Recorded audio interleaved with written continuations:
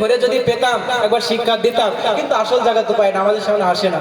Original কথা বলছি, এই দিক থেকে আপনাদেরকে রক্ষা করতে হবে। আর মায়ের আপনারা যারা আছেন, আপনার ছেলে মেয়ে, আমি বলে দিচ্ছি, পুরুষদেরকে সাবধান করে দিচ্ছি, ছেলেদেরকে মেয়েদেরকেও সাবধান করে দিচ্ছি। আপনারা ছেলেদেরকে খাওয়াবেন না, কেন মোবাইল দেবেন? এখন দুনিয়াতে দুটো ফিতনা, এখন দুনিয়াতে দুটো ফিতনা। বড় বড় ওলামারা লিখেছে দুটো ফিতনা। এক নম্বরের নাম আহলে হাদিস, আর দুই নম্বর হচ্ছে মোবাইল। কি বুঝলেন?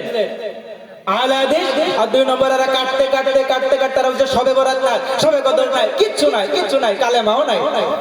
বুঝতে পেরেছেন? সব বাদ দিয়ে দিয়েছে। তো এই দুটো থেকে আপনারা দূরে থাকবেন। দুটো ফিতনা, একটা আহলে হাদিস আর দুই নম্বর মোবাইল। আর মায়েরা খাওয়াচ্ছে মোবাইল দেখে, লাও বাপ খাও, চালিয়ে দিচ্ছে, চিন্তা নাই। আর আপনি সিরিয়াল দেখবেন, আপনারা টিভি দেখবেন।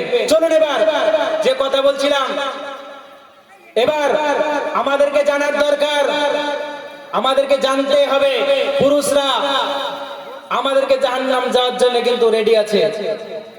আপনার জন্য আপনার মা আপনার জন্য প্রস্তুত আছে, আপনার স্ত্রী আপনার জন্য প্রস্তুত আছে। সহিহ হাদিস থেকে বলি, এটা আমার বানানো কথা না। একজন পুরুষকে 14 জন মহিলা ঠ্যাং ধরে টানতে টানতে জাহান্নাম পর্যন্ত নিয়ে যাবে। কি বললাম? ধরেন একটা উদাহরণ দিই, তাহলে বুঝতে পারবেন কিভাবে আপনাকে জাহান্নামে নিয়ে যাবে। তো কে কে জাহান্নামে নিয়ে যাবে? আপনার মা আপনাকে জাহান্নামে নিয়ে যাবে, আপনার বোন আপনাকে জাহান্নামে নিয়ে যাবে, আপনার মেয়ে আপনাকে জাহান্নামে নিয়ে যাবে, আপনার স্ত্রী আপনাকে জাহান্নামে নিয়ে যাবে, গ্যারান্টেড।